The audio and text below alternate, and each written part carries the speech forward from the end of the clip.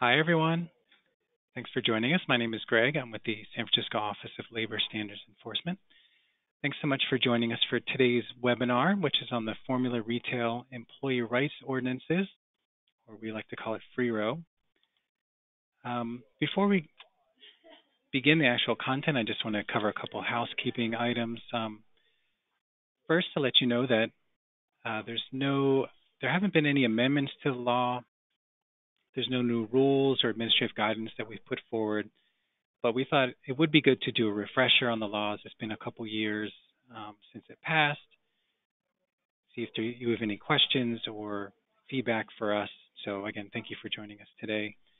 Do also want to let you know that we're excited. This is new for us as well, that we have a couple of community partners who are working with us on outreach and education on the law, and will be helping us today. So I want to go and talk about our presenters. So I'm happy to have Lucia Lin from Young Workers United, as well as Esperanza Fonseca from United for Respect. Today, Lucia is going to be the lead along with me, and Esperanza is helping us in the background. So many thanks to both of them for joining us today. Also want to say that at the end of the presentation, there's a slide with contact information for my office as well as for these two organizations.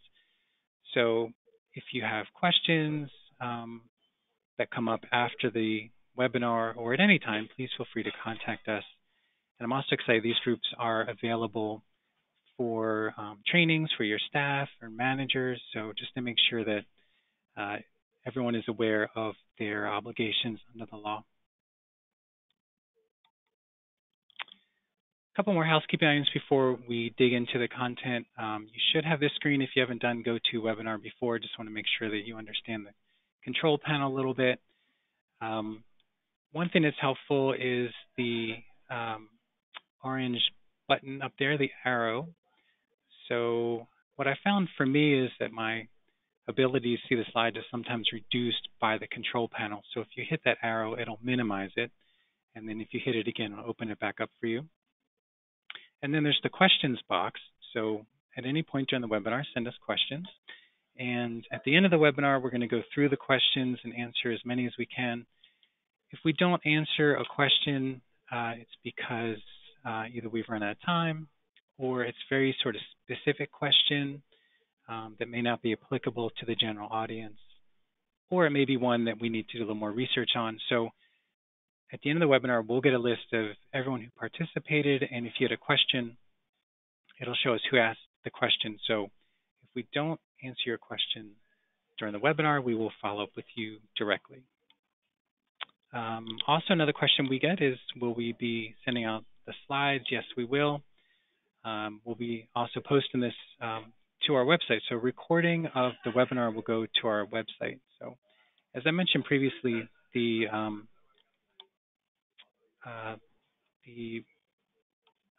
OLSC's contact information will be in a slide at the end of this. And I want to just go over to here. So when you go to the web address that's on that slide, this is the page it'll take you to. It's our web page devoted to FRERO. And each of our laws that we oversee, we have a web page devoted to it. So this will give you more information. It gives you the poster. You can link to the law itself, to our rules that we promulgated. That's all here on our web page. And then the webinar is going to be posted if you go to the About OLSC header and then go down to Trainings and Webinars. Then if you scroll down, you'll see we have, I'm going to leave it here, monthly webinars on our healthcare security ordinance law along with the Department of Public Health. And then we have our past webinars over here. So we'll post this one as soon as it's done on this web page. And then you can see there's also other laws, if you're interested in those as well, be it paid parental leave or lactation in the workplace, healthcare security ordinance. Those webinars are posted on this web page on our website as well. So that does it for the housekeeping. At this point, what I want to do is turn it over want to turn it over to Lucia, so I'm going to change presenter. All right, Lucia, take it away.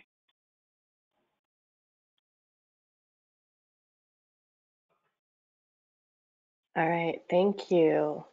Thank you, Greg, for the introduction. Does the screen show up? I think it's working, right? Yep. Great, awesome. Thank you so much for the introduction. My name is Lucia Lin. I'm here from Young Workers United, and I'm excited to be able to give this presentation about the Formula Retail Employee Rights Ordinance and some of the going through a refresher on what the ordinances look like. So we're going to start, I guess just to back up really quickly.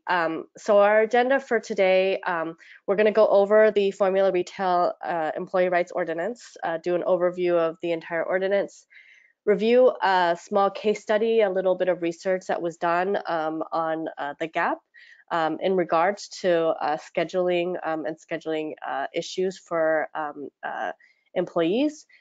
We're going to go over some scenarios of common challenges that have been experienced in San Francisco around the ordinance itself. And then, as Greg had mentioned, we will end with follow-up resources and a chance for questions and answers in which people can put that within the in the questions box of the GoToWebinar control as they come up.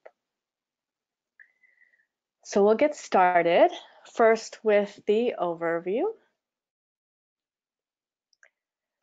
So to begin, just wanted to give a little history about the ordinance, the purpose, and where we are at with it in San Francisco. It was adopted by the San Francisco Board of Supervisors in November 2014, and the requirements took full effect in October of 2015. San Francisco has been a leader in establishing fair labor standards for communities through protections such as the minimum wage, the paid sick leave, healthcare security ordinance, and now the Formula Retail Employee Rights Ordinance. This ordinance covers 40,000 retail, restaurant, and service workers to ensure that workers have access to fair, predictable schedules and to discourage abusive on-call scheduling practices. This means that San Francisco eligible employees do not have to put their lives on hold while arranging their work schedules, and that more stable work schedules that are predictable, stable, and flexible can also help employers to align business operational objectives with labor costs.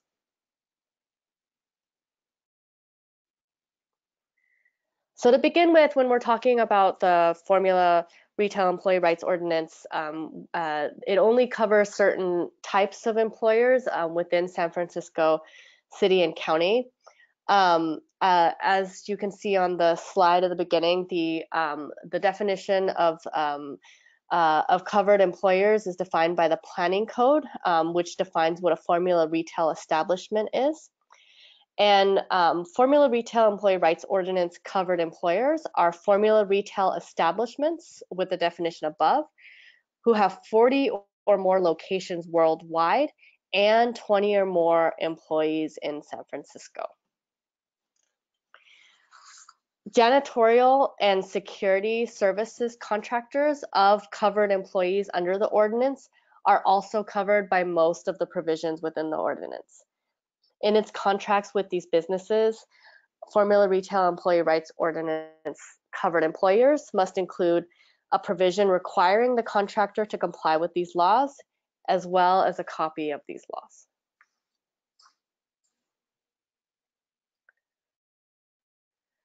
So we'll go into the actual what the ordinance covers, beginning with additional work for part-time employees.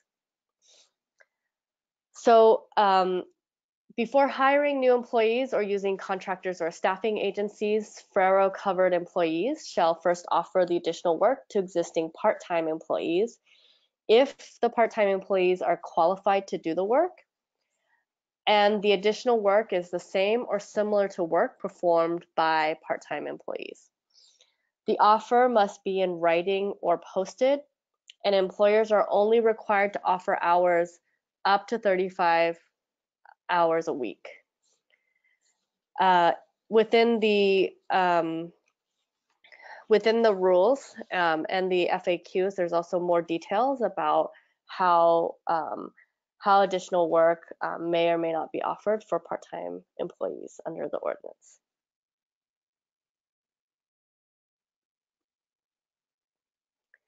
Next, we have employee retention.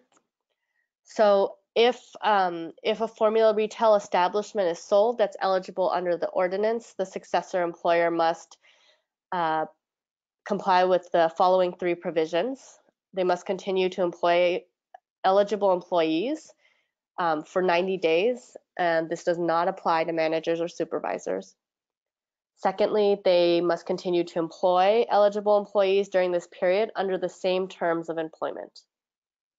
And thirdly, they must retain employees by seniority if fewer employees are needed.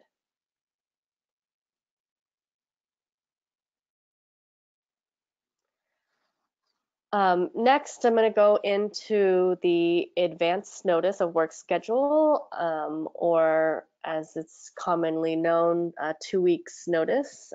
This is one of the bigger and more commonly applied parts of the ordinance for many businesses that are covered under FRERO.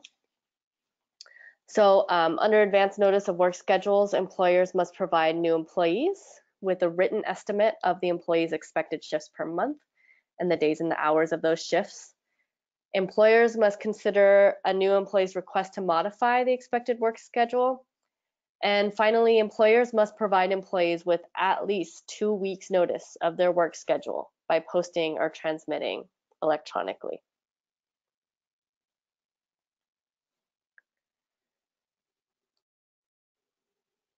Next, we're going to go over predictability and on-call pay. So in the case in which an eligible employer needs to make schedule changes for an employee in the process of their business, they must provide predictability pay, which is compensation above an employee's regular pay for each change in schedule. The table on the slide indicates what the compensation would look like. So as you can see, if there is less than 7 days notice and 24 hours or more notice for any length schedule shift, an employer is required to compensate predictability pay for 1 hour of pay for that employee. If there is less than 24 hours advance notice and the shift is 4 hours or less, the compensation required is 2 hours of pay. And if there's 24 hours, less than 24 hours notice and more than 4 hours length of a shift, then it would be 4 hours of pay. Employers must compensate an employee for each on-call shift in which the employee is required to be available but is not called in. So if there is an on-call shift for a business that is 4 hours or less, and the employee was required to be available but was then not called in for that particular shift, they are owed 2 hours of pay compensation for that time. And if that shift length was more than 4 hours, it would be 4 hours of pay. The next slide is going to go over some of the exceptions to the cases around predictability and on-call pay. So no predictability or on-call pay is required in the following cases: threats to employees or property safety, public utilities failures, the business operations couldn't begin or continue due to an act of God or other cause not within the employer's control. Another previously scheduled employee cannot work and the employer did not receive 7 days notice of the absence. Another previously scheduled employee failed to report to work, was terminated, or was sent home for disciplinary action. An employer requires an employee to work mandatory overtime. And finally, that the employee request change in shifts, hours, or work schedule.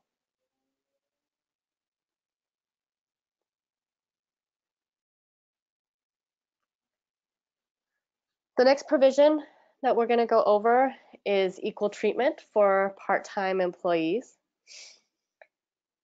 So for part-time employees that are starting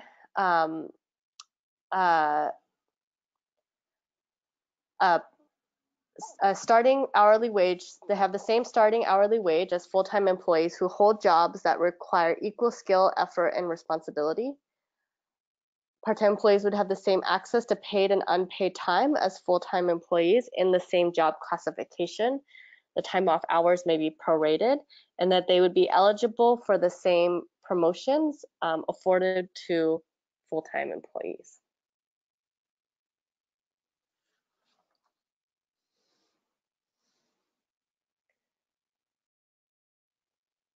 Finally, the additional employer responsibilities within the ordinance. There's a multilingual notice that is in the slide as well as on the website that Greg had showed earlier. You can download and print the notice. It's required to be posted to inform employees of their rights.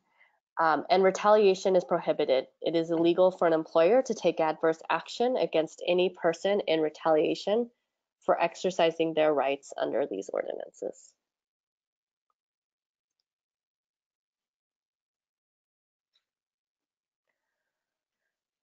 And in terms of investigation and enforcement, the San Francisco Office of Labor Standards Enforcement, whom we call OLSC. OLSC is authorized to investigate and enforce violations of the Formula Retail Employee Rights Ordinances.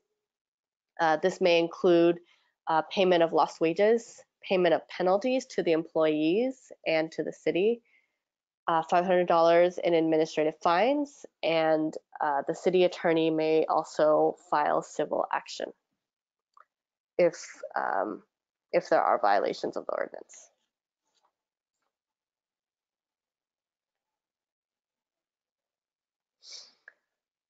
So next, we're going to go over a case study of the gap, and this case study will also be, I believe, available and posted after the completion of the webinar. So this case study was in 2015.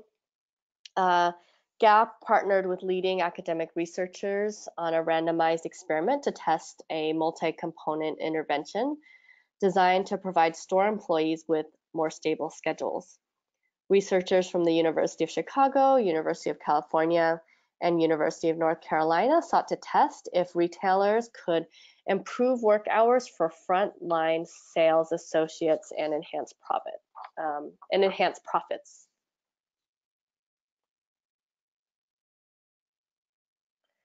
These are some of the major findings from that study. So first, that stable schedules significantly boosted profits. In the 19 GAP stores that provided stable schedules, they earned an additional $2.9 million in revenue over an 8-month period and increased sales by an average of 7%. For comparison, retailers often aim at a 1 to 2% sale growth in a given year.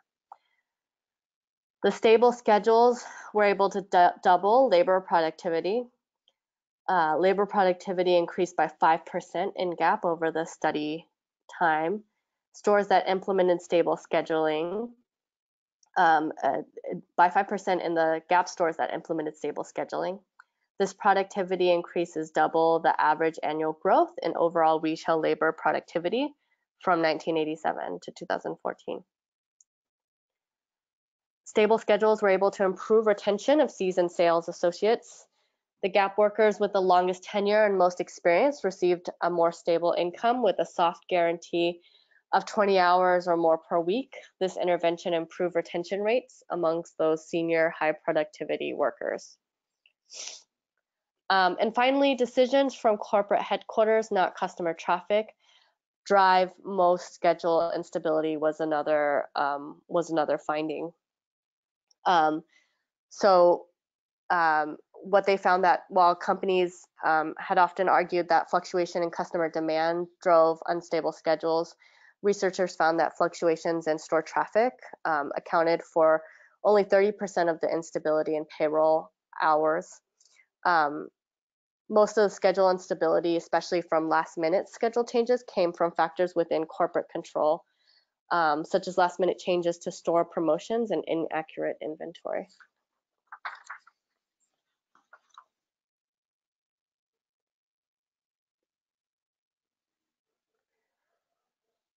So finally, we're going to go into scenarios of common challenges with the Formula Retail Employee Rights Ordinance in San Francisco. So these are some common scenarios. The first is that challenges that employers may have with complying with the ordinance.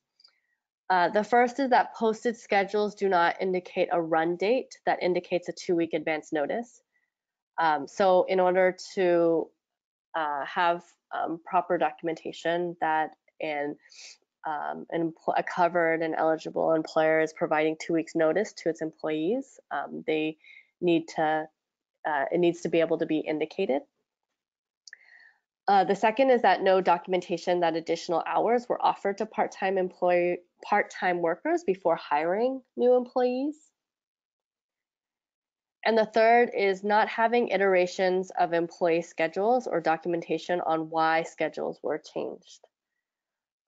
As you can see so far, there are a number of detailed requirements on schedule changes, and in order to understand compliance, that those types of changes need to be well documented within a covered employer's business.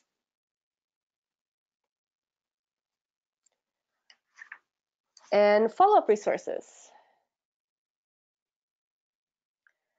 So if you have any questions that aren't going to be answered as I wrap up this presentation, you can, of course, visit the San Francisco Office of Labor Standards Enforcement, OLISI website, which is listed here, as well as a number. You may also visit Young Workers United or United for Respect for any further questions. So with that, I'm going to open it up for questions or clarifications from the audience. Great. So thank you, Lucia. So just to remind folks, you can ask questions through that control panel on the right in the questions. So we've got a couple. Let me jump into the first one. And Lucia, I'm going to take the controls back a little bit because I want to answer this one by showing our website real quick. So the question is, do you think this law applies to retail banks with walk-in banking centers? And so right now I'm looking at our FreeRow website, and you'll notice the first link in the first paragraph is that the law applies to formula retail establishments. So if I click on that, that definition of formula retail establishment is actually in the planning code. So what you want to look at and what we would look at is if it's in the planning code.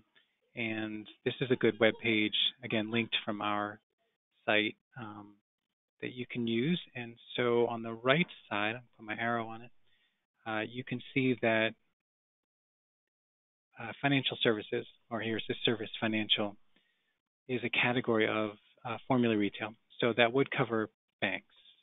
And if you have any questions about what is and is not a formula retail establishment, you can, again, go from the link on our webpage to the planning department's webpage, or you can call the planning department directly, which is what we would do as well if we had a question about that. So that's the first question. All right, let me see some of the other questions.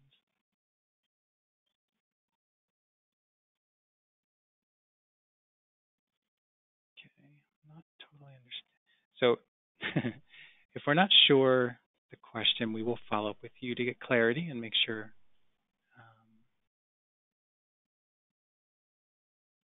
Okay, so here's a question, which is, sorry. We provide 7 days or more notice regarding schedule changes. Does this mean that predictability pay is not required? The answer is yes. So that starts to take effect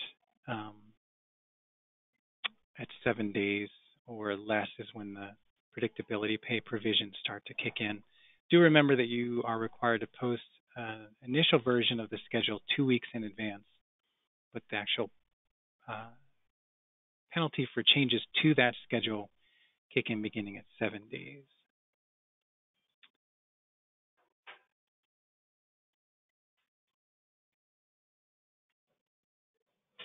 Let's see, how does enforcement of free row compare to other labor law standards? Have there been many complaints or settlements? Does OLSC maintain the public record of enforcement actions? So we have about 11, actually I'm going to say now 8 or 9 active cases, and we have 3 settlements thus far. And what we do is subject to public record, yes. So people can make public records requests of our office. We will never give out names of complainants, but other information once the case is closed is for public record. Will the recording be posted to the OLSC website or only the slides? When will it be available? So yes, it will be posted. It's on our, I'm going to scroll up and show again. If you go to our webpage in the About OLSC header and you go down to Trainings and Webinars, if you scroll down from there, you'll see our HCSO webinars, which are monthly, and then past OLSC webinars. So we're going to post this webinar to this webpage in that section called Past OLSC Webinars, and hopefully in the next day or two.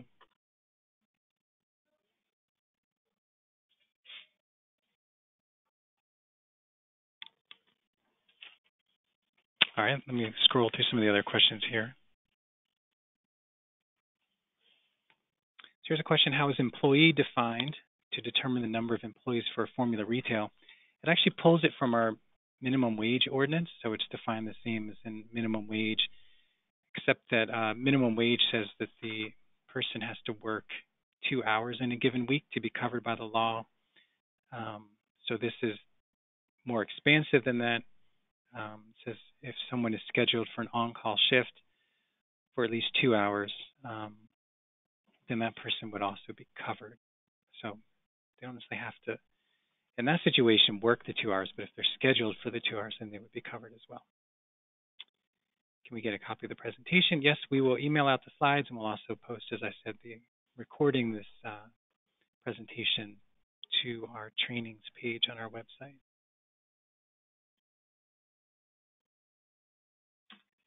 All right. Sorry, while I just scroll through the questions here.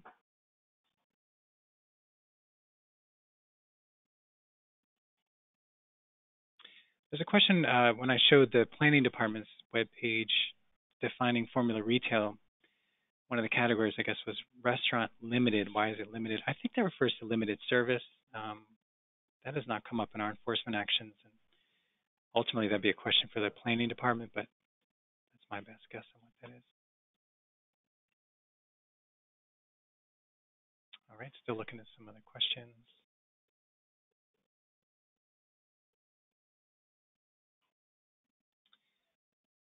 Let's see.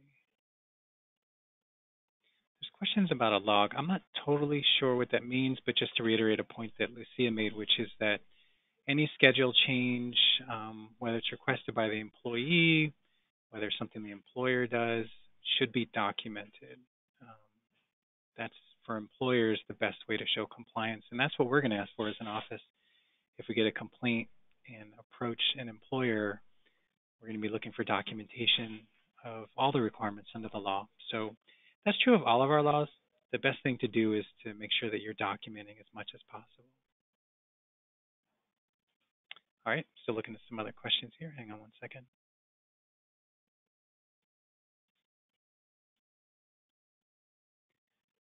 Does the law cover non-sale employees? So any employee is covered under the law of a formula retail employer. And then as Lucia said also, the contracted security guards and janitorial is covered as well. Okay, let me look at some further questions. We have a few more here. Our team members have a set schedule which is given to them upon hire. Do we still need to post a schedule every 2 weeks? Assuming there haven't been any schedule changes to remain in compliance. That's a best practice for sure. From an employer standpoint, that's the best way to protect yourself. If we got a complaint from an employee that their schedule was being changed, we would ask for copies of the schedules. And if they were not shown to be posted every 2 weeks, that would be a violation. So what I'll say generally is that we're complaint-based, but I do advise to stick to the letter of the law because we are going to ask for documentation.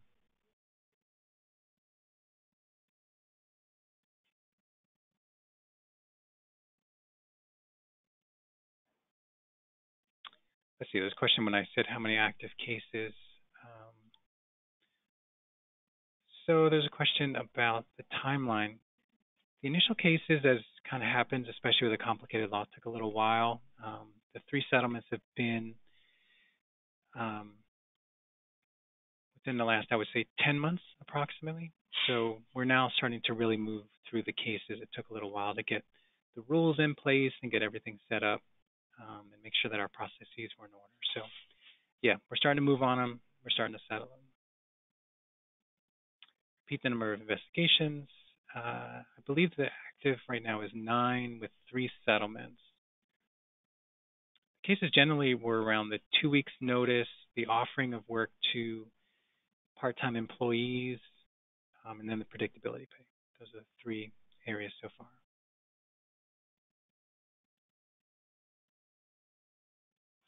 Let's see, what is acceptable documentation for employee requests to change schedule? So it should be in writing. At least the employer response should be in writing, and then you would just keep that on file.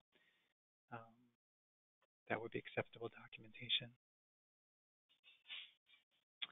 Do your free roll investigators or investigations also involve investigation of allegations under other ordinances? Sure. So anytime under any of our laws that we begin investigation, then we will check to see if other laws have been violated as well. And then a similar question, are the investigations company-wide? The answer is yes, although I will say that to date we've been going store location by store location, and we have found that for some employers, compliance really depends on the manager of that particular store. So that's a call for folks to make sure, if you're an employer on this, that you are training all of your managers. And we had a case where one manager was compliant, the manager left, and the new manager had not been properly trained, and then that became an issue. So it's really important for employers to make sure that the managers at all their locations are trained, and that if there's any turnover, that the new folks are trained as well in this law. And again, we're always happy to answer questions, and we have our community partners who are happy to do trainings as well.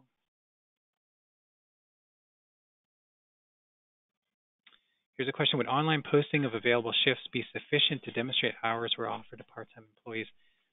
There is language in the law that allows for electronic posting. We would need to know that employees had access to it, and that was something that was utilized by employees on a regular basis. So that is acceptable with that caveat right there.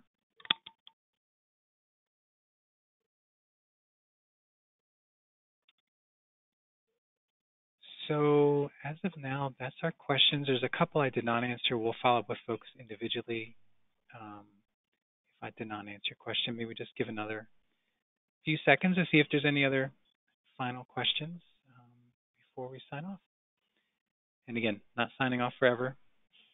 Feel free to contact us anytime. We have hotlines for all of our laws that are staffed by folks who can speak English.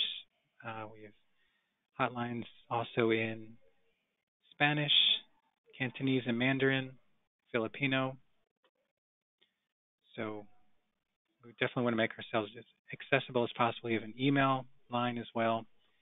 And our goal is always to get back to you as soon as possible and certainly within 24 hours. So do feel free to reach out.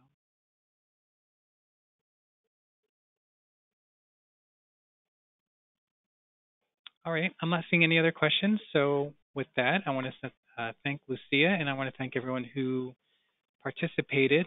Again, if we've not answered your question here, we'll follow up with you after in the next couple of days. And yeah, really appreciate you taking the time. It's important to know what the laws require that OLSC administers and enforces, and we want to make sure that you know on the front end what your obligations are. So thanks so much for participating. And I will end the webinar. Lucia, again, thanks to you. And everyone, again, please stay in touch. Take care. Thank you.